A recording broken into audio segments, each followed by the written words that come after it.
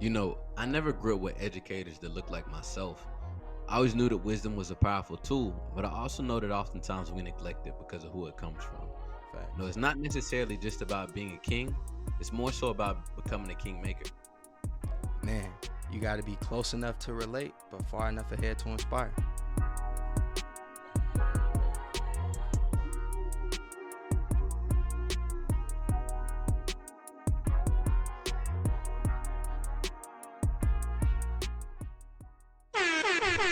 What's going on, beautiful people? This is the Let's Grow Together podcast, the place where diverse individuals and communities come to serve, connect, and grow in the areas that they're most passionate about. It's your boy James. As always, I am joined with my brother Marcus. What's up, Marcus? How you doing today?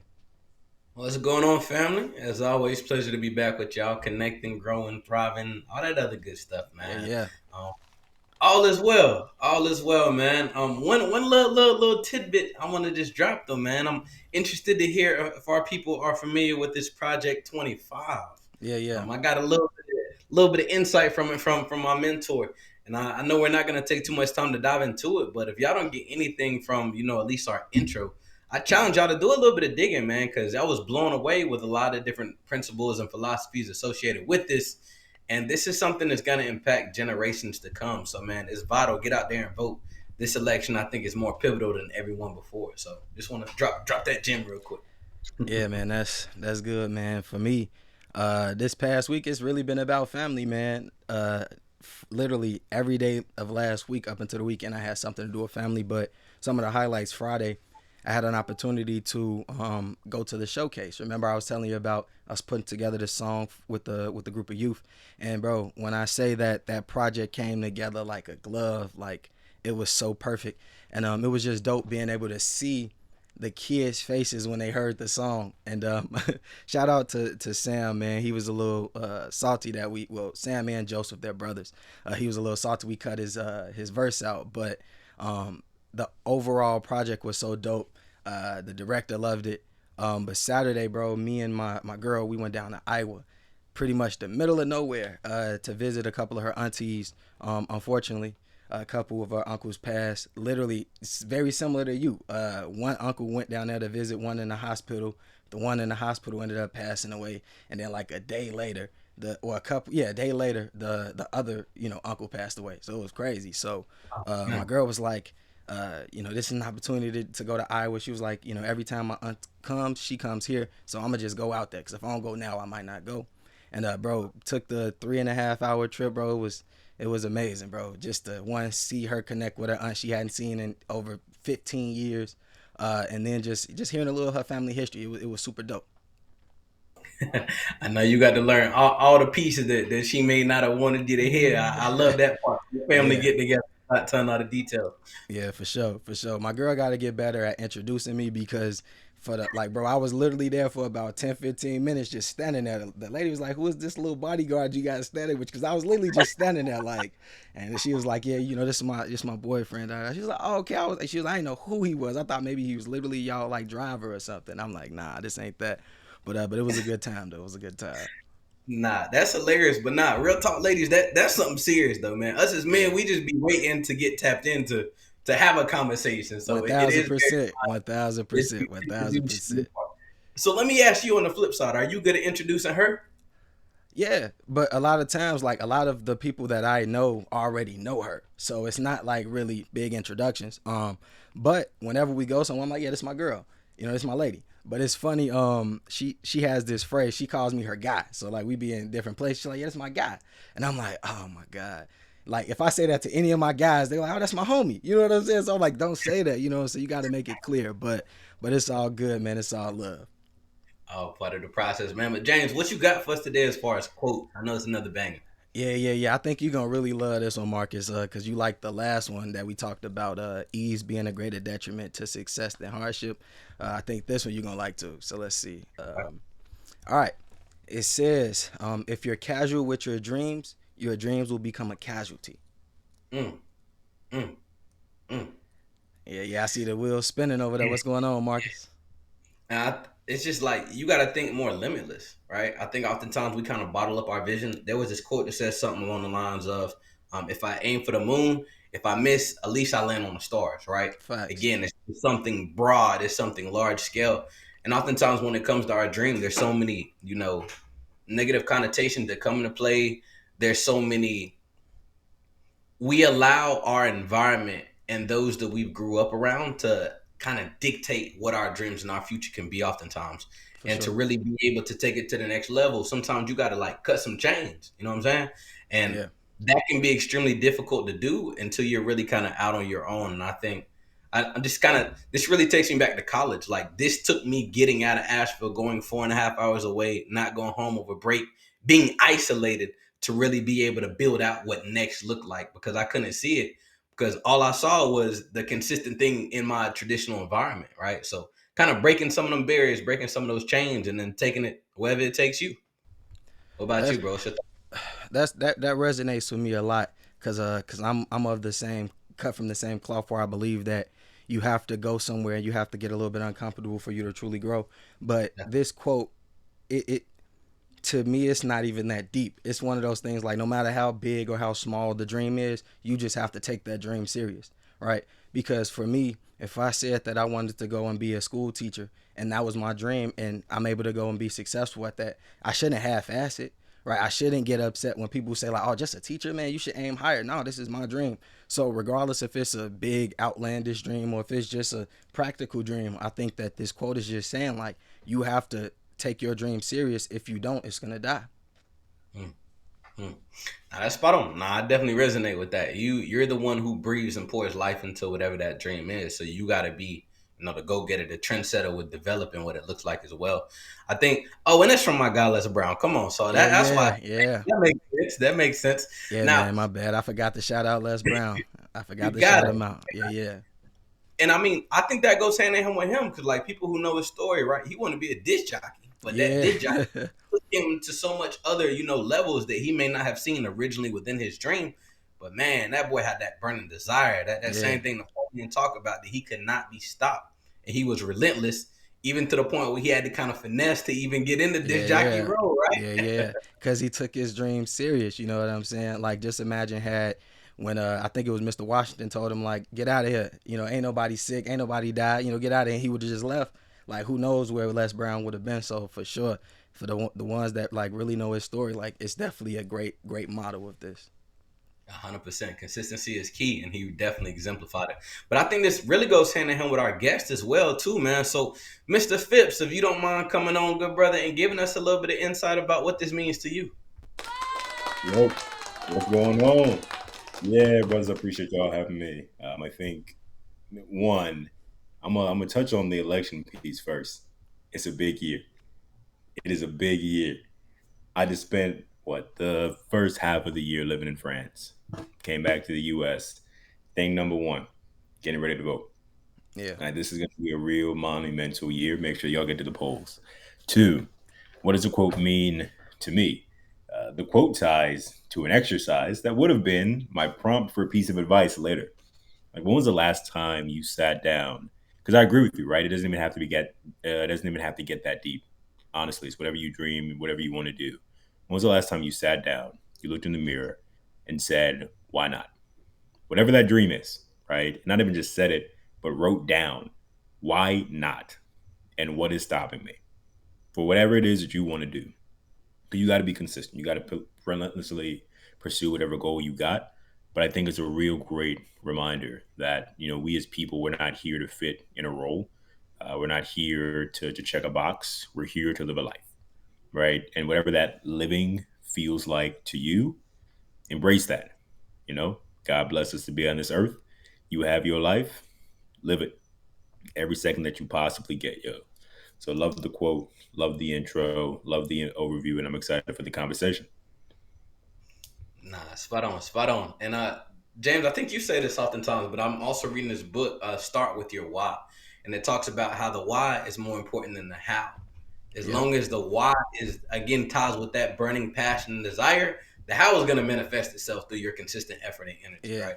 So, Phipps, I definitely align with that 100%, man. So I heard you talk about the friends, man. How has it been coming from America to France, man, like that. I bet that's a drastic, difference within cultures. A few culture shocks, things of that nature. I'm interested to hear a little bit more about your experience while out there. Yeah, no, I mean it was a beautiful experience. I think it goes back to you have to move outside your comfort zone, and one of those is going to be your place of living. I've always done this through my life. For me, it was moving from when I've been a military kid, so I moved like 20, 25 times anyway. But when I was in high school, went to high school in South Carolina. As soon as we graduated, went to college in South Carolina too, and I knew that I needed to go somewhere else, do something else. When I graduated from Coastal, I kid you not, the night of graduation, I was in DC. The second I walked off of that stage, I was on my way to DC. I left early, actually, because I wanted to get into a new environment. I wanted to challenge myself. I dove straight into the political realm, and being in the DMV for 3, 4 years was game changing. It was life changing, candidly. I think France was the same type of experience. Always thought about like what would be the experience living in a whole new country. And I think a lot of people think that. You go on a vacation, you have a real good day one, day two, great time, and it's like, what would it be like to live here? Yeah. We got to do it. You know, like that was a crazy. We stayed in the south of France, me and my lady, for 6 months this year. Uh, Easy trip, packed our bags, put everything in the storage unit, got an Airbnb, and we said, why not? And go adventure. Literally every month, we're taking 1 or 2 trips. So we went to Milan 3 or 4 times. Why? Because it was a 40-minute trip, right? If we wanted to take a flight. Venice, first weekend we got there, all across the south of France. We went to Switzerland because it's a 40-minute flight as well. Being in Europe had so much access proximity, candidly. We missed our last trip, which was supposed to be Marrakesh, getting to Morocco, but it's all good. I think the experience was beautiful. It was life changing, and to see a whole different culture, to live outside of the U.S., get away from some of the chaos and stress from time to time, especially as we were going through the prep for election season, and now we got our runner up. So it's going to be a really good. I'm excited for getting to the polls this year, but I think that experience fundamentally changed what I think about peace internally. I came from a culture where it was just work. That's it. Hustle, grind, work, and it was the fruits and the outcomes, right? It's like what you produce is who you were. It's what it felt like to be in the States. In France, who you are is enough. Yeah. That's it. Your work is just a part of your life, but you live first and foremost. You go outside, you get on the beach in the morning, soak up some sun. You go take a bike ride. You go walk 15, 20K steps a day. You go take trips because life is meant to be lived. And I think that innate peace is a part of the culture that I'm fortunate to have gotten to bring back with me. Um, and it's helped me even be better when it comes to right pursuing my dreams, passions, whatever be the case. But it's like that was something that I would never forget, and I absolutely found a whole new home in the south of France, which is a vibe. So I just want to ask, like, why France? Like, having traveled so many places around the globe, like, what made you say, "Hey, I want to excuse me, spend the first 6 months of 2024 in France"? Yeah, no, I mean it's there's a lot of places in the world to go, and for the first time traveling to a new country, kind of ask yourself, are you willing to go all in, or do you take a steady kind of journey? All in would be going to a country that speaks a language that I've never heard before in my life. That Yeah. is a fundamentally different culture, and you're like really figuring it out every day, every single day. In and across Europe, there's at least some English speaking. So it's like great. I learned and studied enough French to get by. But Right. there was also some ties to things that were pretty common in the States that I could experience out there too. So it didn't feel like a whole new world, but it was enough to get the feeling of could I actually do this even longer? That was an important piece. Two, speaking in introductions, my latest a fashion designer. She runs the Envisage brand, both fashion and cosmetics. She's been doing this for 10 years, and she's phenomenal at what she does. we had a fashion show in London, right? And that's Okay. become my second gig is backing her up and everything that Yeah. she's got going. So we had a fashion show in London. So we knew that we needed to be out there anyway. We did LA Fashion Week. London's up. We got New York Fashion Week in 3 weeks now. So we knew it was like, hey, new inspiration. We needed to fly out there either way. So why not take an extended trip, honestly, and enjoy it and see what happens? We didn't realize that we would fall in love being in France and like that whole like France isn't just Paris. Yeah. It's a real beautiful country and there's a lot to see. So now we're going to be in Houston, Texas for the next year.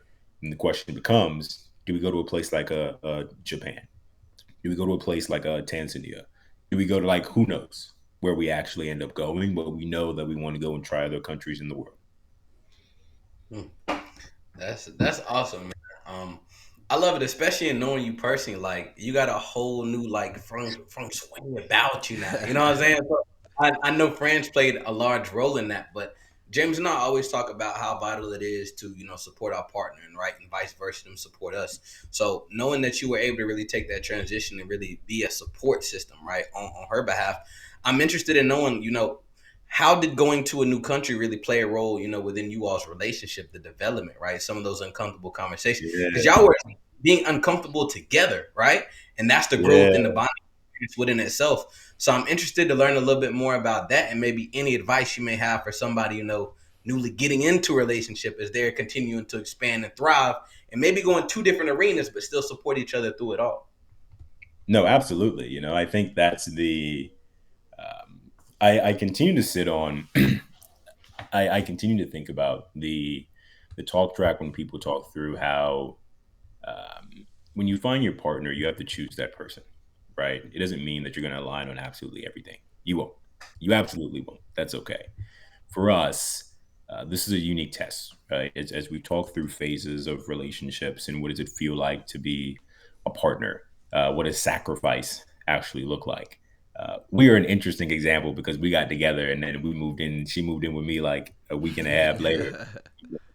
Since, but I think what was a good challenge is so living with somebody presents its own challenge Yep. because now it's not just the glamorous version of who we get to dress ourselves up and show up as to date night, right? It is the everyday who I am, and that's one side of life. But living together is okay because you still have the rest of your life. You have your family, you have your friends, you got everybody. Like you have your routine that you're both pretty well accustomed to. Moving to a whole new country, you have each other. Yeah. And that's when it's a real interesting test. And for us, one of the first tests was, hey, could we do this? Does it work? Are we both aligned on choosing the same country, for one? Are we both aligned on choosing the same type of a place? Do we both want to learn this actual language? When we get here, do we want to do the same types of things? We stuck it out together, right? Like I still am working on East Coast time, but for me, that means my work starts at 4 p.m. out there and it might end at 1 a.m. Well, cool. How do we balance out our now new schedules? Because I have to ensure that I commit time for us to still get to go out and see this place. So it's not just kicking it in the crib and I'm just working, working, working, whatever be the case. There was a huge sacrifice for her because she's not in the States. She can't do a lot of the things within the business that she could have done beforehand. I have to acknowledge and appreciate that sacrifice when we both have these sacrifices that we were making. And I think that's where a lot of really candid conversation comes in to balance out who are we, what are the core values that we want to stand on through this relationship. And this is a really interesting test of time. How open and honest can we be with our feedback communication when it's not working? Can we talk about it, right? And having friction at home is one thing. Having friction across the globe, that's a whole different experience. Because again, at home, it's like, I had a really bad week. Things are tough. I'm gonna go see my people. I'm gonna go hang with my friends. You got a easy means of recentering, but your people are also now 7 8 hours behind you and they're thousands of miles away from you. So it's a whole different vibe. So I think coming back from all of that, we're much closer than we were before we left. I think we understand being partners. we know that it is a challenge. It is a roller coaster. And as much as we have the blessing of being exposed to other people who had also done the same. Like travel is one of the amazing things where we were exposed to people who have been traveling together for 60, 70 years. Dope. Met some of the dopest 80-year-old couples who are seeing some of these places for the first time, and they had waited for 60, 70 years, saved up their whole entire lives to get the opportunity to go to some place like a Mykonos. Yeah. Cool. And we got to be there too. And it's like at the same time, you see the young kids who are in college, their freshman year, they studied abroad, and they're going crazy, having the best time of their lives. But you really get a sense of appreciation for like, hey, we are living a beautiful life together. Like there's gonna be turbulence, that's fine. Enjoy the flight, enjoy the motion, and enjoy each other. And I think that's something that we kind of walk back to this with is work's always going to be important. It always is. But what's even more important is that we live a life and we live a life that we love. And the emphasis is on we because we both need to be happy. We need to both fuel each other. We need to both motivate each other to do what it is that we want to do and pursue our dreams while also providing ourselves peace. So I think that's the big shift in how we've come back is we both have a fundamental approach and perspective in life, but we share that perspective and two Yeah. people coming to live the same life, we now have a new perspective that is ours. And nobody else, like that is the us against the world type of thing.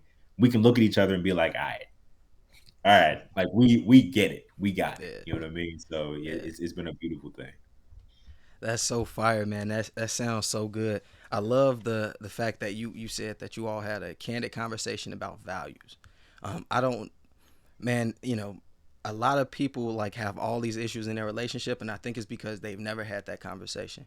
I think if you were to literally sit, and this is with anybody, Marcus, like one of the practices in RJ is like literally asking people what do you value, because that is a tremendously important part of how you interact with other people. Because if I know how you or what you value, I know how to treat you. I know how to, have certain conversations with you because, like you said, we're in another country. I don't have, I value family. So I don't have my family to connect with you. You're my family now. We need to figure this out. So I love that, man. So shout out to you all for figuring that piece out. But just kind of switching gears a little bit. You mentioned a little bit of working in the political realm, but you also work in tech. Kind of talk about how you found yourself in tech, like what was the inspiration behind it, and what are you currently doing with tech? Yeah. So uh, I think what I'm doing today is I'm director level and I work in the space called revenue operations. Okay. So my job is driving. I my goal is to ensure that the right people know the right information at the right time. Primarily for me, that's the C-suite and being able to help our business be more predictable, more scalable, more consistent, and eventually, right, getting to the point in which we mature to be an organization that can get acquired or that goes public. Like that's the role of revenue operations within an organization. It's the type of things that people do day in and day out, and that I'm sure that each of us are already familiar with. You think through this notion called an execution funnel. At the top end of this funnel, you have a strategy. Your strategy is that I want to do A or I want to do X. Well, after that strategy, you need people, right? You get great people, and those people are in charge of putting together process, right? You have systems for how this podcast work. You find the right people, you pull them in, you ask the right questions, you do the back and forth, right? Like there's process. Those people are responsible for putting those processes in place. After the process is built, you then have systems. Your systems enable that process. And then after you have your systems, you have your metrics. Your metrics to help you determine on either a micro level or a larger level, how do we know that we are succeeding or not succeeding? So within the larger business sense, my job is ensuring that we can have the right information to build, like I am in the people bucket, that helps facilitate all the other pieces within an organization. How I got here was I started with my own company. I think I was when I was like 16, 17, I started working on my first startup. And this is an idea that Amazon took off with 3 or 4 years ago now.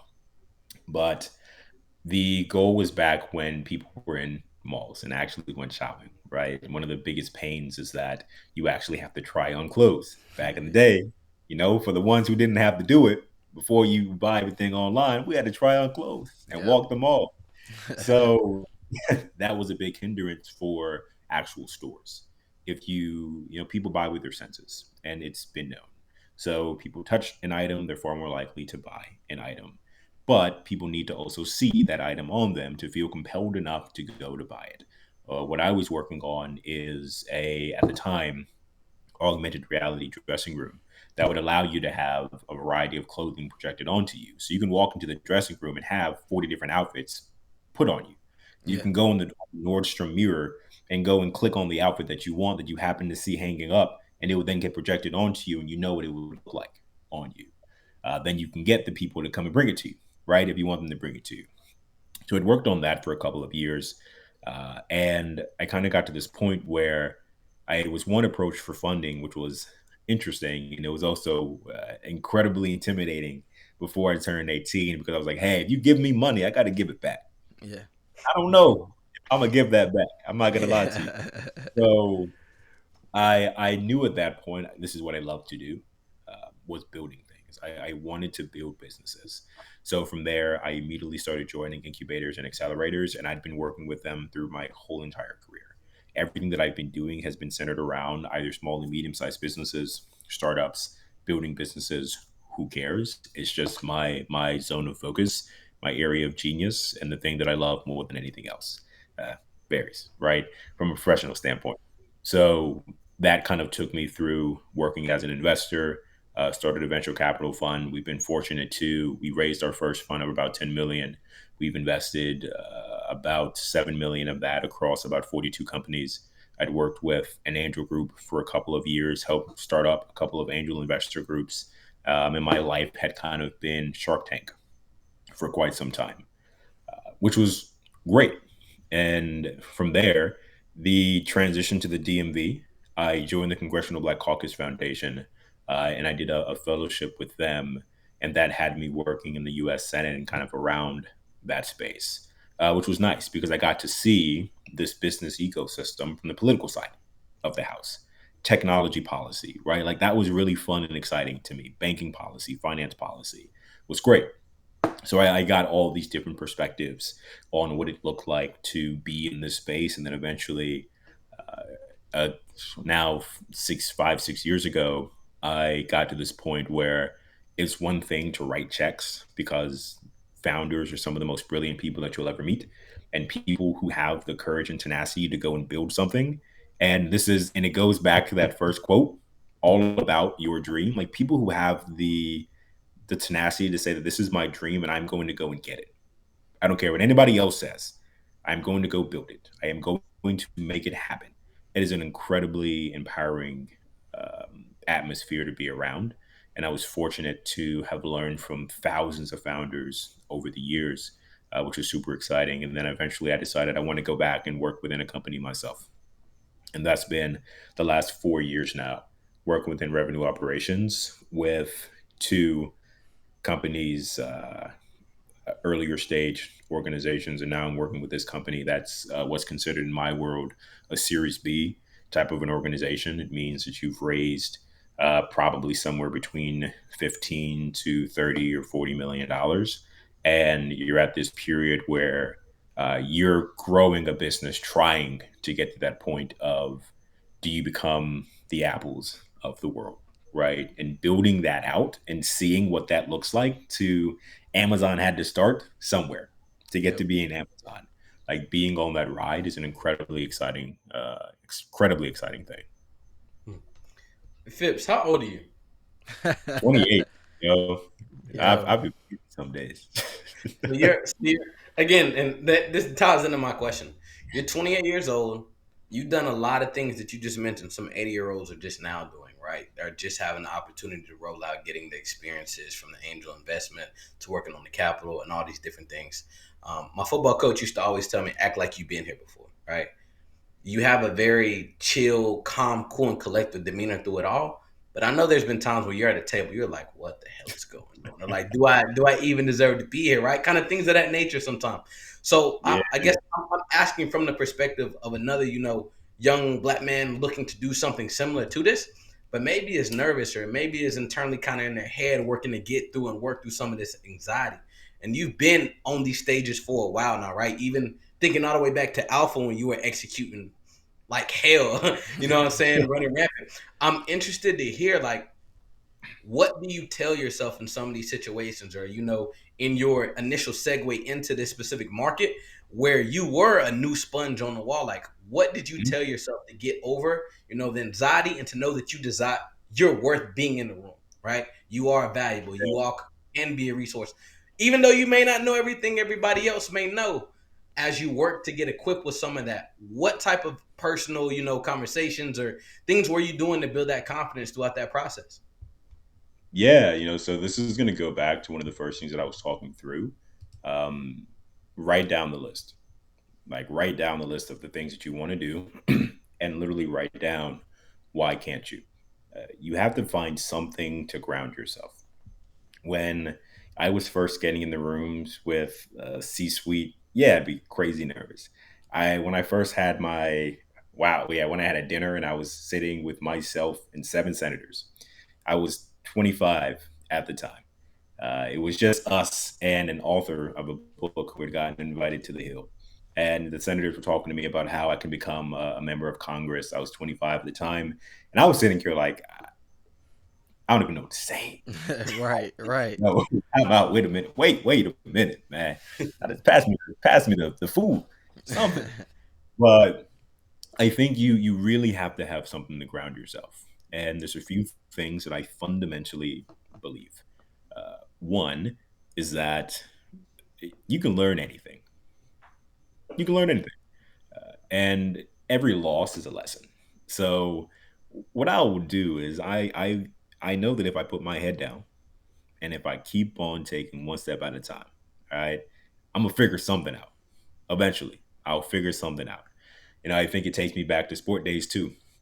I don't care how tired I got, whether it was on suicides, whether it was on 1760s, whether I'm running the track. I when I don't know what else to do, when my body was giving out, I did know that eventually I'll get to the end. And I think about it the same way. Like eventually I'll get to the answer. Eventually I'll get comfortable. And people say fake it till you make it. Great. Do it, right? But also accept that you don't know everything. And everybody had a point when they didn't know everything. And that's okay. And I found that fundamentally changed how I looked at people who were in senior positions, for one, and how they looked at me. When I walked in and I was open to say, I had these periods of time where it was like, I got to prove myself. I'm going to say the big words. And I used to spend every day, had the dictionary app, Yep, took yep, me a new word yep. all the time, walking into the conversation, walking into every conversation, saying every big word that I possibly could. People would sit me down and say, like, "Hey, you can say a lot of great things. It's cool, but it's okay. Like simple, simple. Like and when you get to the executive level, it's simplicity that gets you there. But it's hard to make it simple until you've done the complicated things. Until you really 1,000%. understand the complicated things. It's hard to get to simplicity. And I think that's the accept that you don't know everything. Raise your hand and say, "Hey, I want to know. Will you take the time to help me know? Because I might not know the answer today. I might not get that opportunity today, which is fine. Plenty of opportunities got passed up, but there's plenty of things that I learned along the way. I think that humility, the honesty with myself, helped me overcome. But at the same time, the nervousness isn't going to go away. It's who you are. Like that's natural. We're people, right? Nervousness is a sign of excitement. And if you're excited about doing things, and you should be doing it. If you're nervous or scared about doing something, then it's good. You're challenging yourself enough to put yourself in a position to grow. So embrace it. Genuinely. It's going to feel uncomfortable, but getting comfortable in that space is what's going to get you to a world in which you can be the person who helps other people get comfortable in rooms that they deserve to be in. And that's what I wanted to do. I was going to work as hard as I possibly could to get into the rooms that I wanted to help other people get into. And that's been the blessing of a career that I get to have. Now I know that there's certain organizations that I can make a call and I know I can get somebody a job with six figures. That's a beautiful thing.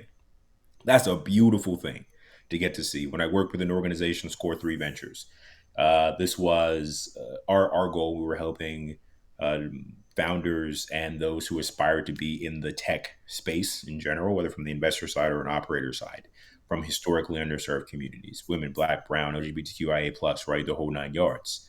Um, I every weekend I spend about 12 hours a weekend doing pitches and meeting with founders and running sessions with people who wanted to learn about the space.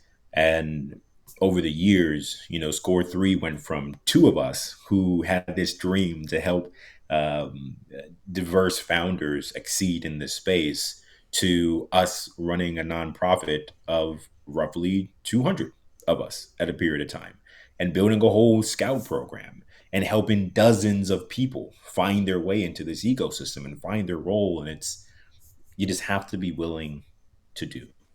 Take a step, just start. I think that's been an incredible, incredible, um, life changing approach for me. But it doesn't mean that it's not something that you get nervous about each and every day. Like, that's fine. That's good. That's real good. And it's funny, most people are afraid to ask for help because they think people don't want to help them. But the reality is, people are like buzzing to help you, right? But I think sometimes the problem is, like you said, they fake it until they make it. And because people believe you are competent in something and then you show that you aren't, they're upset about that. They would have just rather you tell them from the beginning, like, hey, I don't know. You know what I mean? But I love how you was like, hey, I'm a put my head down and do what I need to do. I'm gonna figure it out. I might always say this because I've gotten into cycling. I ride my bike down Lakeshore Drive all the time, and I'll get to a point where I'm like, all right, you might want to head back. I'm like, let's just see how far I could go. I'm like, you might want to head back. And then there's always this light bulb that goes off in the back of my head, like, no, no, no matter how far you go, you got to make it back home. Like, you got to go back Absolutely. home. So I kind of, when you said that, I thought of that. I'm like, yeah, I always got to make it back home. I got to figure something out. Just always having something left in the tank. But I want to ask you, can you share a time that you faced a significant setback in your career? And then specifically, I want you to talk about how you navigated that and what you learned through that experience. Because I know you said that all L's are lessons, but I want to pinpoint, how you got over that. So if there's someone that's listening to this, they're like, all right, I had a similar situation. I can possibly use that to help me navigate this. Yeah, yeah, yeah. I'm gonna give you a 2 for 1 special, double Got loss. you. Got you. So, first one. First time I got laid off from an organization, you think that was a really great example of, confidence has a delicate line, a really delicate line. And the confidence needs to be coupled with consciousness. You have to be aware of where you genuinely are. So the first time I got laid off within an organization, and I heard from other people, because in the tech space, it happens. There's people who are the most brilliant people that you'll ever come across who got laid off, and it's the business problem. Okay. So that was a tough spree for me because I thought, like, hey, I'm doing so, so good. I'm doing so well. It's like, I know this, I know this, I know this.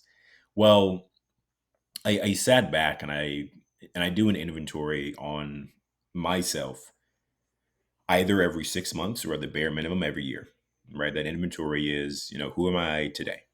Who did I think I was going to be 6 months ago or a year from now? At the end of every year, I take literally 24 to 48 hours to just write down the list of, like, who was I this year? Who do I want to be next year? Physically, mentally, spiritually, emotionally, financially, professionally. And I do that kind of self audit. Well, at this period of time, after I got laid off, I sat back and I said, hey, who did I think I was in this role? And I very quickly realized I might not have been the person I thought I was, and that's okay. That's fine. And then I get into my next role. And again, I was still in this mind. I was like, I'm the person that I think I am. I walk into the game thinking I'm LeBron. That wasn't the case.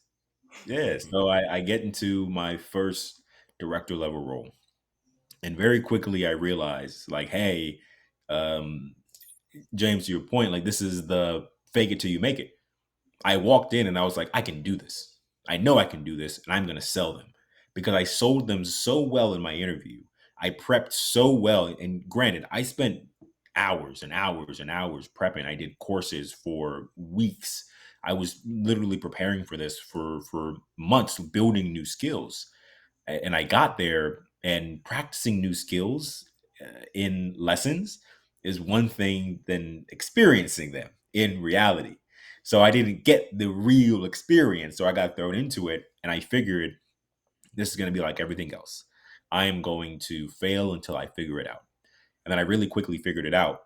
When people pay you a lot of money, you don't get time to fail to figure it out.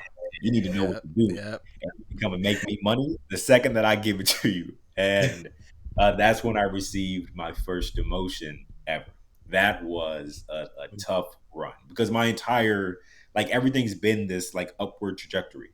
I'm a work as hard as I can.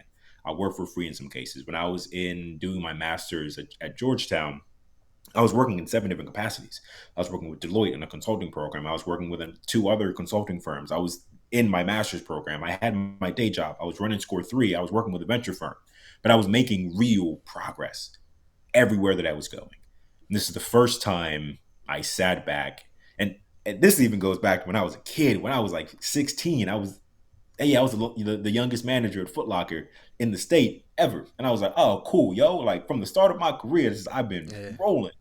And this was my big setback. And I was like, yo, wow. Man, that really humbled me. But it also presented the opportunity, right? I could have sat back and said, yo, this isn't fair. This is nah, it's not me, it's them. The organization is gotta be tripping. But, realistically, I did another inventory of myself. I asked for candid feedback. And that's one of the things that's really hard because in that period of time, there was a lot of candid feedback. But I was fortunate to have people who were willing to give it to me. And it was one thing that I genuinely sat with to know, hey, I was not ready. I don't care how much I thought it was. I was not ready. But there is a pathway to preparation. And I needed to take the steps. I needed to keep learning. I needed to shut up sometimes and just listen. I have a bunch of ideas, but just stop, listen, see what works, see it out to completion. Focus on one thing, 2 things. I've always done 20 different things and tried to be all over the place, but instead of just like zoned in on my one job, and I focus on doing that really, really well. The point of it all is the point when I got demoted was rough, and now it's turned itself around because now I'm back director level, and Yeah. I'm really Yeah. getting I know we and gotta give you some it, love. it took the controversy and the complication to get to really understanding how simple it was. And when I look at where I am today, and I look back at the old me, I'm like, yeah, I would have demoted you too. For sure. I would have demoted you too. You wouldn't even have made it to the interview with me, guaranteed. And I think that's the beautiful thing is you have to embrace that journey. It's going to suck. It is going to suck, but you have to hold on to who do you want to become, and you need to consciously keep working on who that like what you need to do to be that person each and every day, and eventually you're going to get there. And it seems like a long time. I know for me, I thought 28 was way down the line for me. Way down the line. It's here immediately. And I know 32, 33, 34, right around the corner. Snap of a finger. Like life really moves fast. So embrace living it. Like having all the experiences that you can possibly have and trust you'll get to where you need to be exactly on time. Mm, mm, mm. And boy, that's spot on. I know James know like I missed the reflection.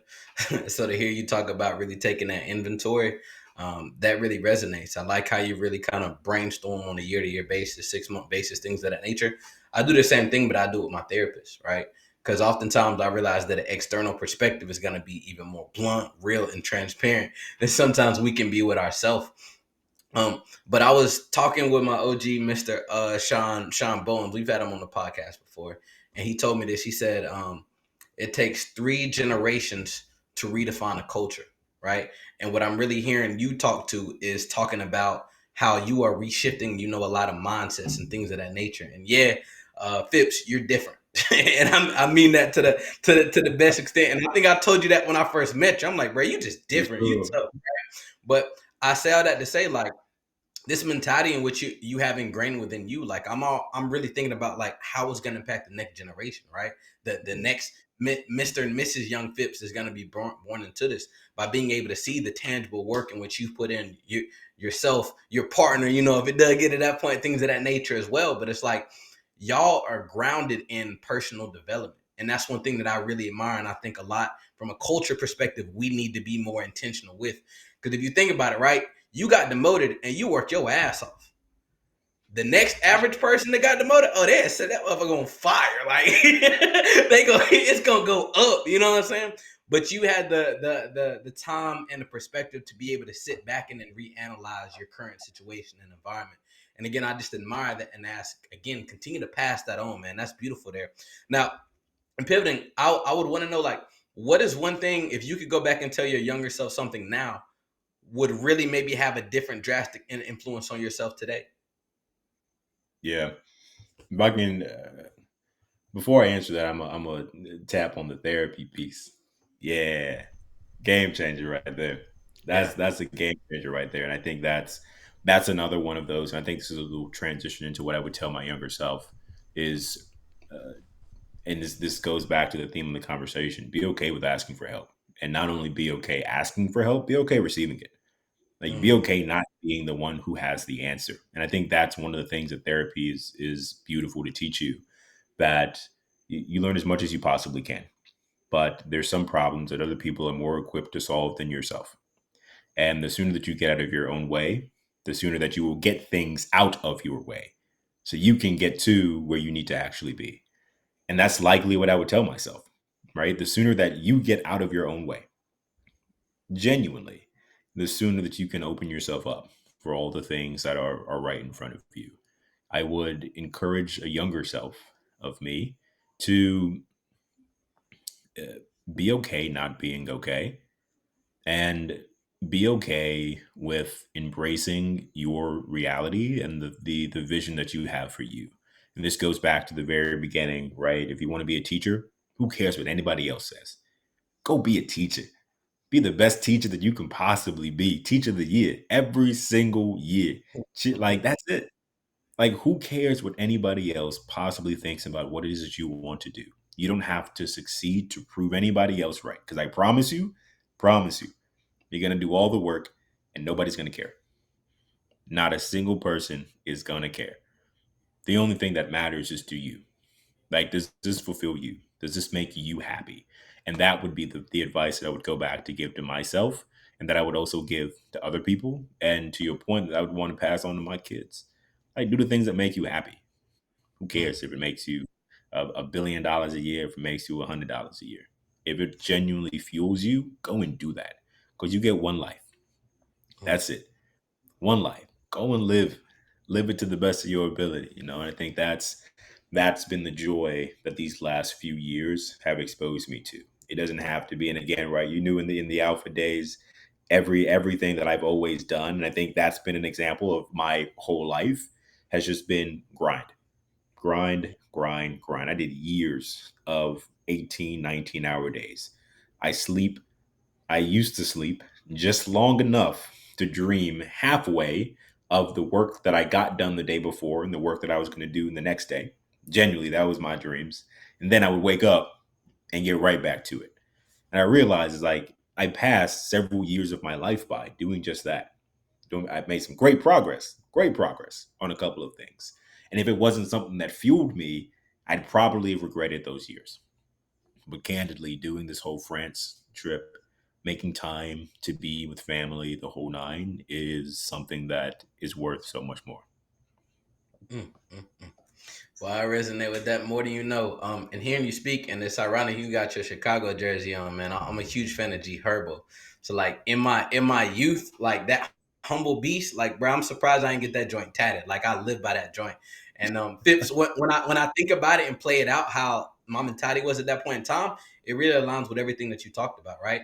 One, be humble and understand that you can always be better. There's the opportunity to grow. Like the beast is in ain't nobody going to outwork me. I'm here. I'm gonna show up. I'm gonna be present. be active. I'm gonna be engaged. I'm gonna be audacious with everything in which I do, and I'm gonna give it my all. But at the same time, I'm gonna be humble in knowing that there's room for growth, room for opportunity.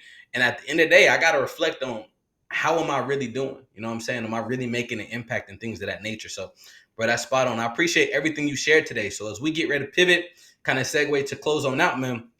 I'm interested to get your perspective on our growth segment today, man. So James, what we got? So Kevin Fair was a guest that we had on recently, man, and he asked, "Who are you impacting with your work?"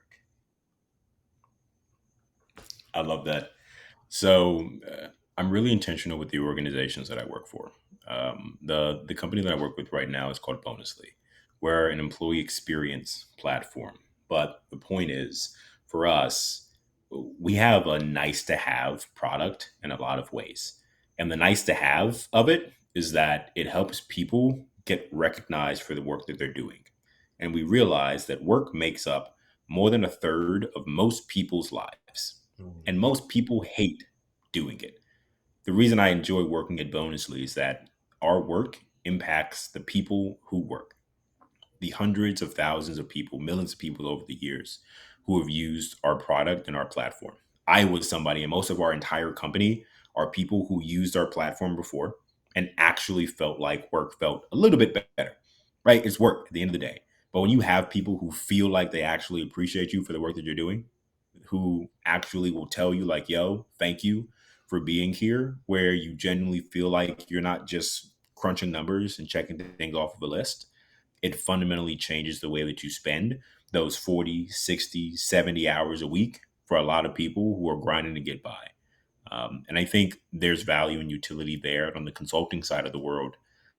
The work that I get the honor of doing in consulting is helping people who dare to dream, and make that dream real. So I don't care what it is. It's just fun to get to do this work. And it's like I've been doing this for years. And I'm serious when I say, and I counted on my calendar, there was 1,600 meetings one year. I think it was back in 2021. And these are all with founders, right? It is so dope to get the opportunity to help people think through and make real whatever it is that it is they want to get the opportunity to do. And I'm excited more to find ways to influence those in day to day life, however that I possibly can. That's fire. That's fire. What you got, Marcus? I just love the passion, bro. Like that's what it boiled down to for me. That's what I've realized throughout all these years. Like, yeah, the bread is cool, all that other stuff is cool, man. But if you genuinely love it and it charge you up, and you can wake up and smile and realize you make an impact, bro, like it just makes sense. It just clicks at that point, right? No, that's 1,000% true, man. But Phipps, man, we really truly appreciate you coming in and blessing us with your story and your insight. But man, if any of our listeners would love to tap in with you and see what you got going on, how would they be able to get in contact with you? Yeah, no, I mean,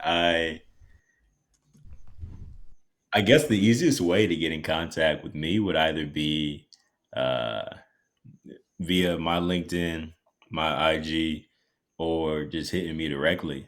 Honestly, you can look up Amani Phipps on LinkedIn. I'll come up. Look up Amani Malk, AManiMalc on IG. Or you shoot me an email, Amani Phipps #1 at gmail.com. Like, honestly, whatever, like any way that I can connect with people, I'm all for. And I always love being around people who are passionate about the things that they're doing. Man, appreciate that. And also, before we let you go, as the tradition of the growth segment, what gem or question would you like to leave for our next guest? Yeah. And my gem is going to go back to the thing that I've been talking through this whole session is, when was the last time that you sat down and asked yourself who it is that you want to be, and specifically noted what is stopping you from getting there? Because I think it is such a powerful exercise in acknowledging that there is nothing stopping you from whatever it is that you want to accomplish, honing in on the why, for all the things that you do, and remembering that you can be anything. Candidly, you can be anything. So that would be my exercise as opposed to just a question, right? Follow it up with do that work. Take the time to look at yourself and where it is that you want to be. No, that's a good one, man. I know our Let's Grow Together family is going to get some real tremendous value from that. But again, Phipps, we appreciate you. Let's Grow Together family. It has been another dope fire episode. You can add any adjective you want to add. But as always, man, follow us on everywhere at Let's Grow Together Pod. Tap in with us on YouTube and everywhere you get your podcast, man. It has been another edition of the Let's Grow Together podcast. We appreciate y'all, family. Until next time, peace out. Trying to find me a balance in life.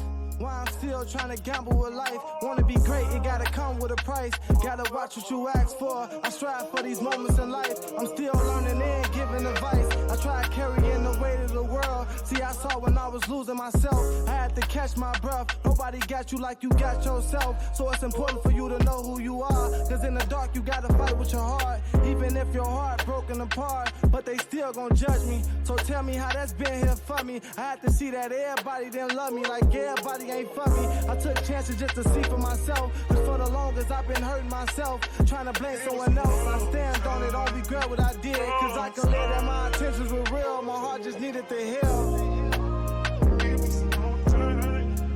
Gotta get back to loving myself and trusting myself and better my health. Nobody loves you like you loving yourself. You gotta know who you are. Gotta get back to loving myself and trusting myself